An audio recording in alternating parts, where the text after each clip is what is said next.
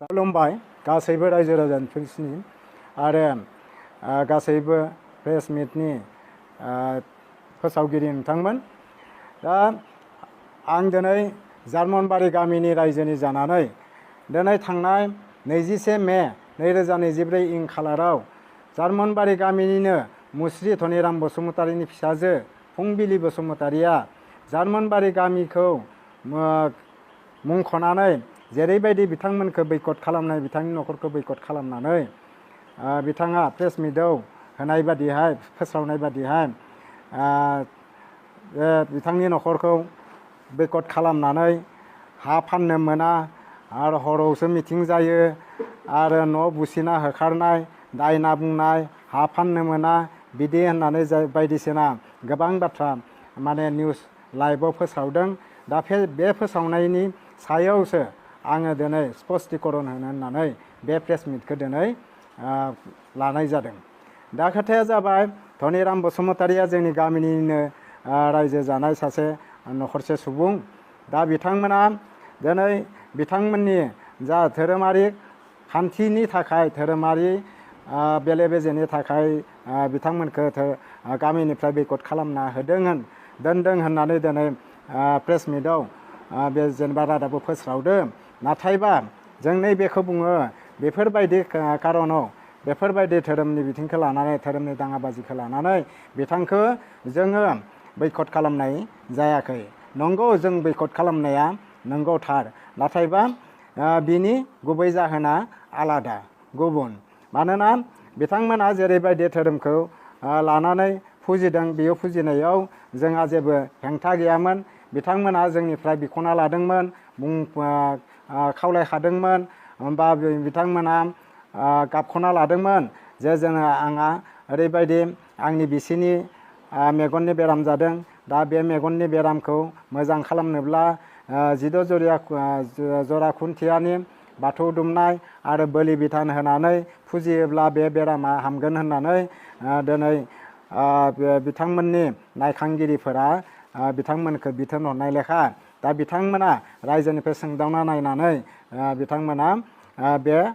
हाबाफारिखौ मावनो लानायाव जों जार्मनबारि गामियाबो बिथांनो बे हाबाफारिखौ मावनो थाखाय बिथोन होनाय जादोंमोन, अनुमति होनाय जादोंमोन। लोगोसे बे बावनाय थिनाय बायदिसिना होनायजों अनुमति होनायजों लोगोसे जार्मनबारि गामिनि गासैबो रायजो राजाया बिथांमोननि बे हाबाफारिखौ मावफुंनायाव गासैबो दोलो नोगोरै हेफाजाब होलायदोंमोन, मदद होलायदोंमोन। नाथायबा दिनै बिदि मावै फुजा होयो खेबसे नङा खेबनै फुजा होनायावबो जों रायजो राजाफ्रा गासैबो दोलो नोगोरै हेफाजाब होलायदोंमोन, बावथिलायदोंमोन। बेयाव जोंहा जेबो बेरेखा जायाखै, जेबो जोंहा खुद्रिनाय गैयामोन, जेबो इनाय अनागार गैयामोन। नाथायबा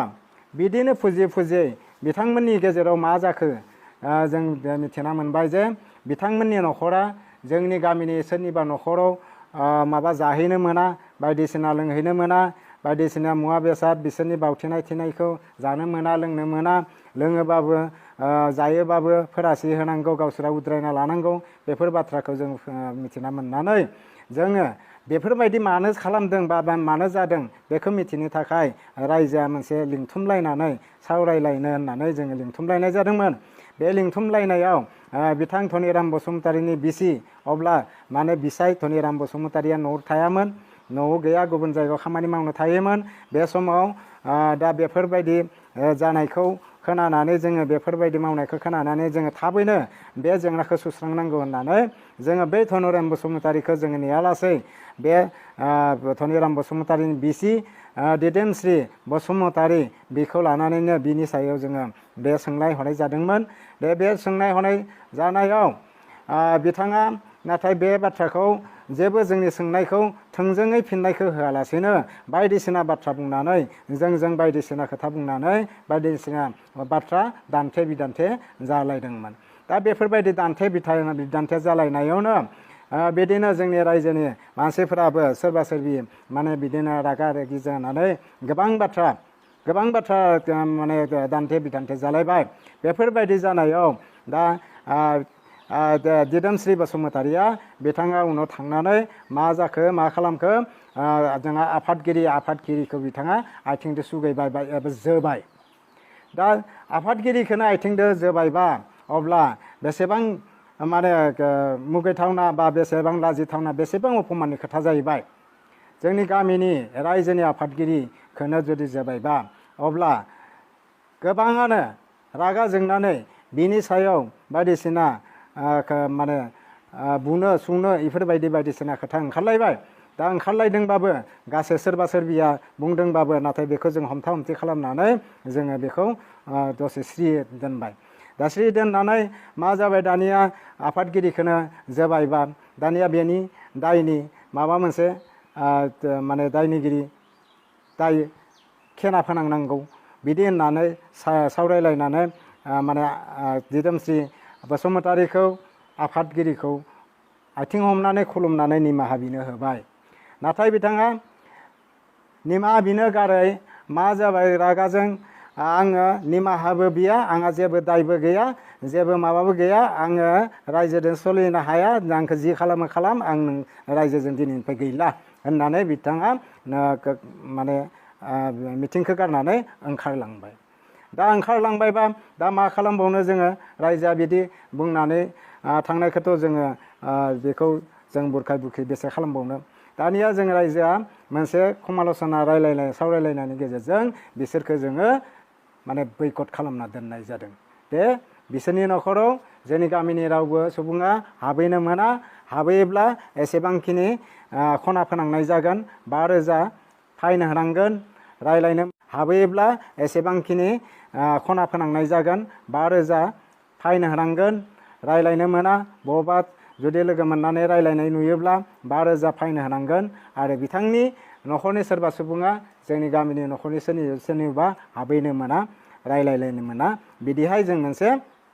माने लिरनानै दोनबाय प्रस्ताब आकारै सुक्ति लिरनानै दोनबाय। दोननानै बिदिनो थाबाय थायै दिनै बिथांखौ जोङो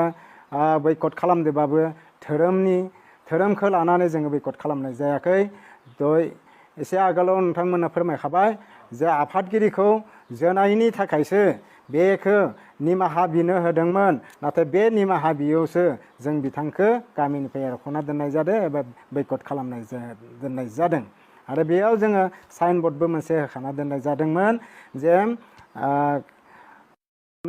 गामि जार्मानबारि गामिनि मुस्रिद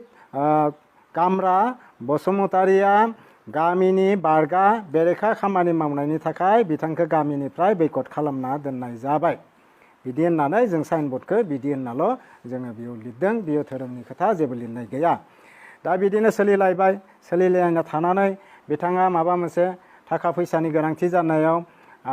जेबो राहा गैयैयाव हा फाननो ओंखारबाय। दा हा फाननो ओंखारनायखौ जोंनि रायजोनि फोराबो मिथिना मोनबाय। बिदिनो सोरबा हा लानो होननानै गोसो जानायफोरा हाखौ लानो ओंखारबाय। दा ओंखारोब्ला बे हा लाग्रा जाय बिथाङाबो दा जों जिथु आगोलनो दाना दोनखाबायमोन नालाय सोङा रायजोनिफ्राय सोङाबा रायजोनियाव पारमिसन लायाबा बिसोरनि न'खराव हाबनो मोना, बिसोरनि न'खरनि मानसिफोरजों रायलायनो मोना होननानै बेफोरबायदिया दाखाना दोननाय जादोंमोन नालाय हा बायनो गोसो जानाय बिथाङा फैनानै गामि रायजोफोरजों सावरायफैबाय। रायजोफोरजों सावरायनानै रायजोफोराबो बुंबाय दे होमबालाय नोंसोरो फानग्राया फानोब्ला बायग्राया नोंहा जुदि बायोब्ला बायना लालायदो, रायजोखौ लानानै मिमांसा खालामलायदो। दा बिदिनो फाननाया फानबाय, बायग्राया बायनानै लाबाय। बा बायनानै दिनै 3-4 मास जाबाय, दान जाबाय। दिनै बेयाव न' लुनाबो थाबाय। थानानै दा बावै मा जालायखो दा बे हा बायनायनिनो मा केजें जानानै दिनै बियो बायग्रायाबा मा खोनाखो, फानग्रायाबा मा बुंखो, बेफोरबायदि माबा मोनसे केजें खोनानाय बुंनाय बाथ्राखौ लानानै बिसोरो बेरेखि जालायनानै बिसोरो नांलाय खमलाय जाबाय। नांलाय खमलाय जायोब्ला दानिया मा खालामगोन मा मागोन दे बायग्राया दानिया रायजोखौ लिंथुमलायबाय। रायजोखौ लिंथुमलायनानै बेखौ माने बेनि सोमोन्दै बुंथिबा रायजोआ बुंबाय जे दाथ' हरनि खोथा, दा हराव गासैबो रायजोखौथ' बहा मोनजोबनो, ओंखायनो गाबोनो जों अखानायै बेनि सायाव सावरायलायगोन दे, दिनै दोनदो दिनै थादो। बिदि होननानै रायजोफोरा गावबा गाव थांबाय। थांबायब्ला दा बिदिनो बिनि न'खरनाय रायजोआ ओरैनो अडिट ना जानो गोनांखामोन दा अडिटबो जाबाय दोङो दा बेयाव अडिट जाखांनानै जोङो बिथांखौ लिंहरनानै बेनि सोमोन्दै सावरायगोन मोजाङै होननानै जोङो नेनानै दंमोन नाथायबा मा जाबाय बिसोरो बिनि बैखालि थानायाव थांनानै एफआइआर दाखिल हैबाय बे एफआइआर दाखिल हैनायनि जाहोना बेनो जे माने धोरोमनि बेले बेजेनि सायाव माने जार्मनबारि गामिनि सायाव एफआइआर दाखिल हैबाय दा एफआइआर दाखिल हैब्ला बेखौ दानिया थानानि अफिसारा बे धोरोमनि बिखयै जा एफआइआर होदों बेनि सायाव एक्सन लानो जों एक्सन लानो थांबा जोंहा एसे गोरोन्थि जानो हागौ बेखौ सानलायनानै जोंनि माहारियारि जायफोर आफाद दङ बर' माहारियारि आफादफोरनो बे बाथ्राखौ फोरमायहरबाय जे थां जार्मनबारि गामियाव ओरैबायदि जादों जोंनि एफआइआर फैदो नोंथांमोना गावसोरनि नोंथांमोननि धोरोमारिनि जेंना बेखौ नोंथांमोना थांनानै सुस्रांनानै बोस्रांनानै सल्भ खालामना होलायदो बिदि होननानै थिननायाव जोंखौ बे आफादफोरा जोंखौ जनाय होबाय बे बाथ्राखौ फोरमायहरबाय जार्मनबारि गामिनि रायजोनो बे जार्मनबारि गामिनि रायजोआबो बिदिनो बिथांमोना लिंहरनाय लेखा गासैबो थांबाय थांनानै सावरायहैबाय एफआइआर होनायनि सायाव सावरायनानै दानिया मानि जाहोनाव बेफोरबायदि जानांगौ बेखौ मोजाङै फोरमायबाय दा बिदिनो एफआइआर होनायनि सायाव सावरायनाय होननानै माहारियारि आफादफोराबो जोंखौ हांख्रायहरोब्ला गासै मोनबा माहारियारि आफाद बर' माहारियारि आफादफोर थाबाय बेनिफ्राय जों जार्मनबारि गामिनि गासैबो रायजोफोरबो थाबाय बेनिफ्राय बे धनिराम बसुमतारी बिनि बिसि दिदोमस्रि बसुमतारी आरो फिसाजोफोर साथाम आरो लोगोसे बिजामादै सासे बिसोरखौ गासैबो ज' खौसे लोगो नांलायनानै बेनि गेजेराव बेनि सोमोन्दै सावरायलायनानै थिरांथा जाबाय मा जे आगोलो जेरैबायदि खोथा बाथ्राखौ लानानै बैकट खालामनाय जादोंमोन दा बेखौ जेनेबा गारनानै गोरोबलायनांगौ जों मिलायनानै थालायनांगौ धोरोमा जिखियानो जायाथों बिसोरदोबो गोरोबलायनानै जोङो सोलिलायनानै था होननानै माहारियारि आफादफोराबो बुंनाय लेखा जोंबो जार्मनबारि गामिनि रायजोफोराबो जेनेबा आगोलनिफ्रायनो बे गंसे गामियावनो रायजो एसेबां गोबाव रायजो जाबोनाय हिसाबै जोंबो बेखौ ना खालामाखैमोन जों नेगासिनो दंखायोमोन माला फैनानै गोरोबफैनो जोंजों गोरोबफैथों होननानै नाथायबा बिनि बिसि दिदोमस्रि बसुमतारियासो जों गेजेर गेजेर बिनि खुगानि बाथ्राखौ बुंनाय खोनायो मा जे रायजोआसो गावनियाव थांनानै आथिं हमनानै निमाहा बिहैनांगौ होननानै बेफोरबायदि बुङो होननानै जों खोनानो मोनो दा बे बिथिङावनो दा बेफोरबायदि माहारियारि आफादफोराबो फोरमायबाय बुजायबाय फोरोंबाय दा बे फोरोंनायखौ लानानैनो गावसोरबो सानलाय हलाय सावरायलायनायनि गेजेरजों बेखालिनि मेलावनो बिथांमोना सिखार मानिना लाबाय जे आङो रायजोजोंनो समाजजोंनो गोरोबलायसिगोन आरो समाजनि जा निति नियम दोङो बेखौनो लानानै सोलिसिगोन आरो नाथायबा आंनो बे बोलिजों फुजिनायखौ आंनो बोसोरथाम समय होनांगौ गुबुन मोनसे धोरोमखौ लाना फैनानै जुदि फुजिफैयोब्ला बेखौबोथ' सोरबा माना होनो हानाय रावाबो मोन्थाय गैया मानो होनबा भारतबर्षआ जाबाय दिनै धर्मनिरपेक्ष देश बेयाव बयहाबो जायखिजाया धोरोमखौ लानानै सिबिनायनि मोन्थाय बयहाबो दङ बेखौ गुबुन सोरबाया हेंथा होनो हानाय रावाबो मोन्थाय गैया बेखौ जोंबो मिथिगौ दा अब्लाबो नोंथांमोना जेरैबायदिहाय जों जार्मनबारि गामिखौ जेबो मिथिया जेबो रोङा जेबो जग्य गैया बेफोरबायदि बाथ्रा बुंनायाव जोङो दुखु मोनदों जायखिजाया दिनै बे प्रेस मिटनि गेजेरजों सैथोआ बबे आं बेखौ नोंथांमोननो फोरमायनानै होबाय दा बेयाव नोंथांमोना मा सान्दों मा बुजिना मोन्दों बेखौ आं जेबो सानस' हाला उनाव हयथ' बिदिनो माबा मोनसे बिदिनो ओंखारबावलायगोन दा जों हास्थाया बे धोरोमखौ लानानैनो बेफोरबायदि एना एनि जालायनानै बेरेखा बेरेखि जालायनानै बैकट खालामलायनायखौ जोंबो हास्थाया जोंबो लुबैया नाथाय बेयो जों जाखिनि खामानिखौ मावदो बेखौ धोरोमखौ लानानै जों मावाखै बेखौ आङो आगोलावनो बुंबोखाबाय। बेयो गावनि दाय जा मोनसे मावदोंमोन बे दायखौ जोङो निमाहा बिनो थिननायाव बेखौ गनायैनि थाखायसो जों रायजोआ बेफोरबायदि थांखिखौ लानो गोनां बाध्य जादों। दा ओंखायनो रायजोफोर गासैबो माहारियारि आफादनि दैदेनगिरि नोंथांमोननो दिनै आं बे प्रेस मिटनि गेजेरजों जोंनि जार्मनबारि गामिनि नखरसेनि जा बेफोरबायदि जेंना जानानै दङ, जा जाथाय जानानै दङ बेखौ आं नोंथांमोननो गुसुङै फोरमायबाय। दा बेखिनिखौ फोरमायनानैनो नोंथांमोना जाबायदिखौ सानदोंमोन बा जा मोनसे गोरोन्थि साननानै गोबां बाथ्राखौ नोंथांमोना निउसनि गेजेरजों फोसावदों, दा बेखौबो जाहाथे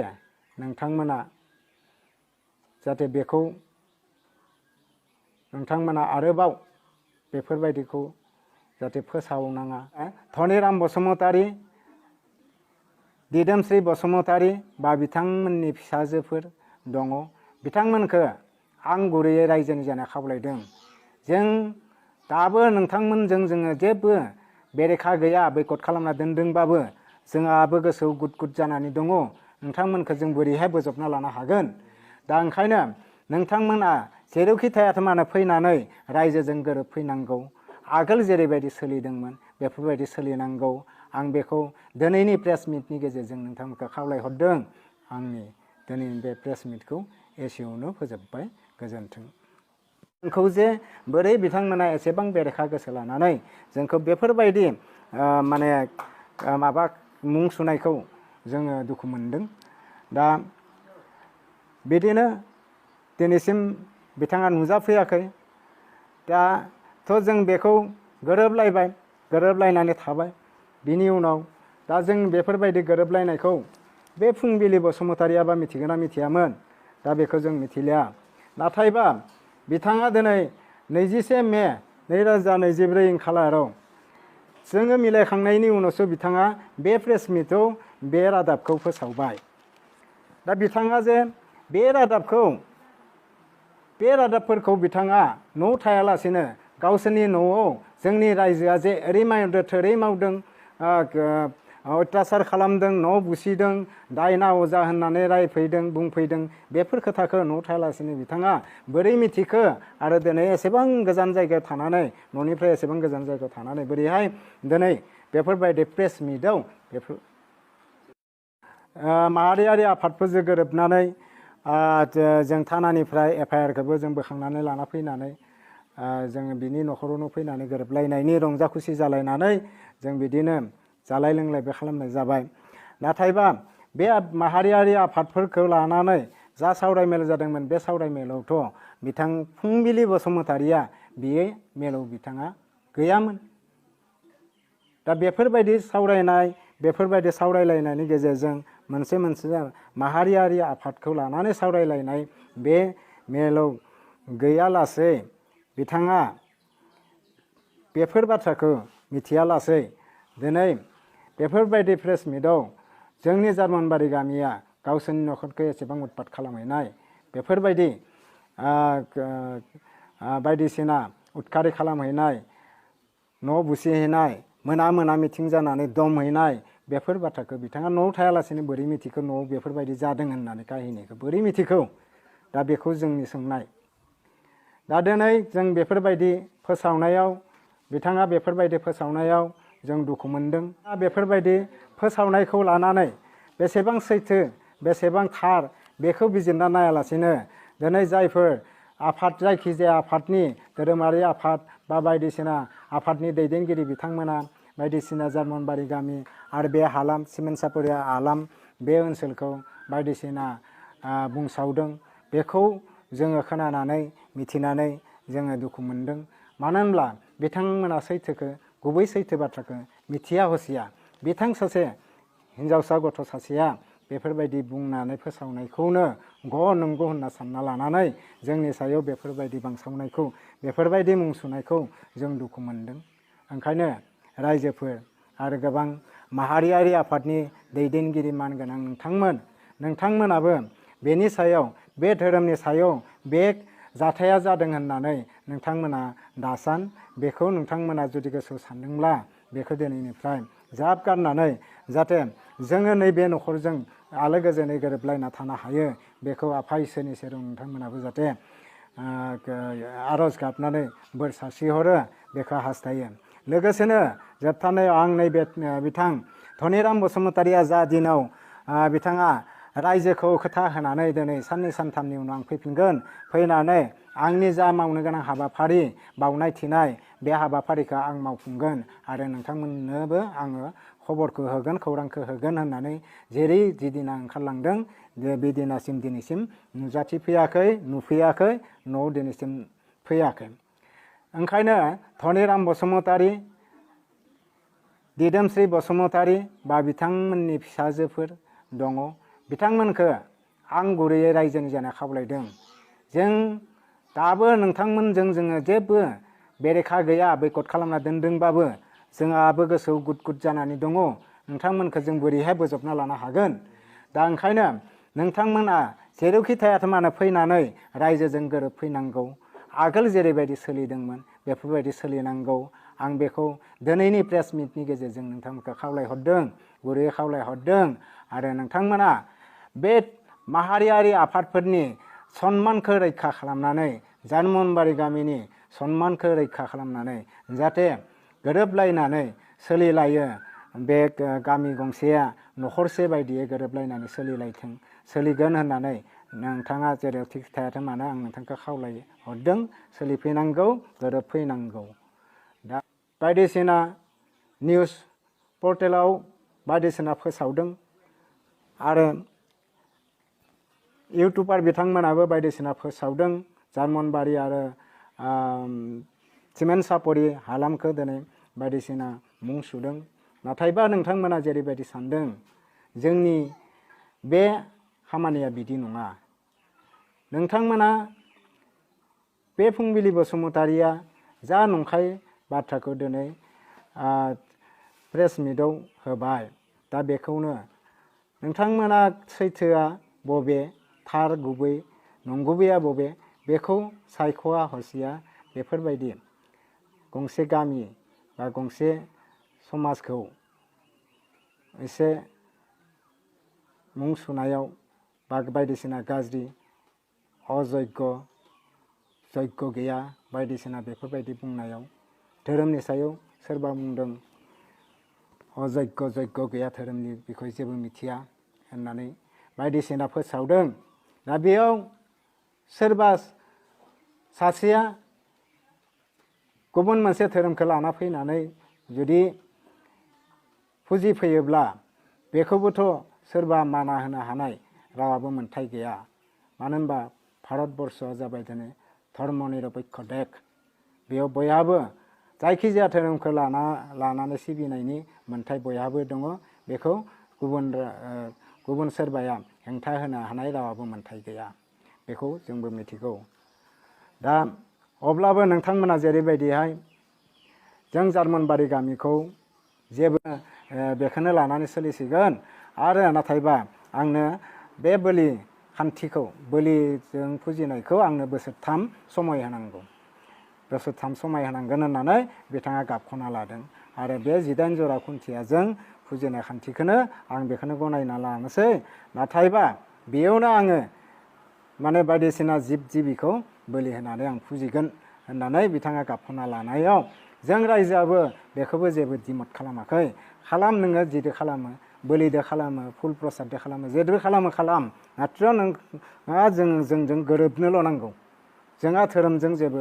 जोङो धोरोमनि सायाव जेबो जोङो गाखुवा गैया जोङो बेखौ मोना बे धोरोमखौ लानो मोना बे धोरोमखौल'सो लानांगौ बेफोरबायदि जोङो बिसोरजों जेबो माने एना एनि गैलाया। दा बिदि जानानै गोरोबलायनानै फैनानै न'आव फैनानै बिसोरनि न'आवनो हाबनानै मोजाङै सावरायलायबाय मोजाङै बिदिनो पार्टि पुर्टिबो खालामलायनाय जाबाय। बेनिफ्राय लोगोसे जा साइनबर्ड थुदोंमोन बे साइनबर्डखौबो जों बोखारना होबाय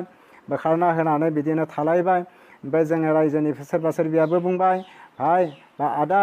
दाथ' गोरोबलायनाय जाबाय नोंथाङा दा माला हायो फुजाखौ होनो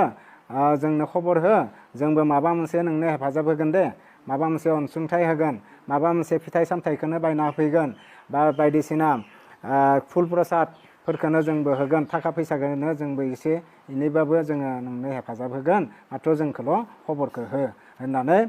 बिदिबो सावरायलायनाय जाबाय जानानै बिदिनो बेखालि बिदिनो जाबाय थांबाय दानिया माहारियारि आफादफोराबो खावलायबाय जे नोंथाङा समाजजों एसेबां बेरेखा जाना थानाङा नोंथाङा जिखौ फुजिनो गोसो बेखौनो फुजि बेयावनो था थेवबाबो समाजजों एसे गोरोबलायनानै नोंथाङा सोलि होननानै माहारियारि आफादफोराबो बिथांखौ खावलायनाय लेखा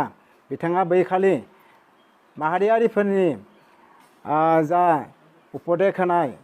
जा बिथोन होनाय बेखौ गनायनानै दिनै बिथाङा जों समाजजोंनो गोरोबसिगोन जार्मनबारि गामिनि रायजोजोंनो गोरोबनानै थासिगोन आरो जार्मनबारि गामिनि जा धोरोमनि निति दङ बा 18 जरा खुन्थिया जों फुजिनाय खान्थि बिबार खान्थि बे बिबारजों फुजिनाय खान्थि बेयावनो बेखौनो आङो गनायना लागोन बेजोंनो आङो गोरोबसिगोन बेजोंनो थासिगोन नाथायबा आंनो 3 बोसोर बे फुजायावनो आंनो जिब जिबि बोलि बिधान होनायखौ आंनो खाबु होनांगोन होननानै बिथाङा गाबख'ना लादों रायजोनिफ्राय बा माहारियारि आफादफोरनिफ्राय दा बेयाव जों रावबो माहारियारि आफादाबो जों गामियाबो बिनि गाबख'नायाव बिथांनि गाबख'नायाव जों जेबो हेंथा होआखै जोङो बुंदों दे फुजि 3 बोसोर फुजियोना 1 बोसोर फुजियोना बेसे बोसोर फुजि नाथायबा जों समाजजों गोरोबना था नोंथाङा बिदि होननानै जोङो गोरोबलायबाय बिखालि गोरोबलायनानै गासैबो गोरोबलायनानै उनाव जा FIR होनाय बे FIR होनायखौबो गासैबो थांनानै दिखांनानै लाना फैलायनाय जाबाय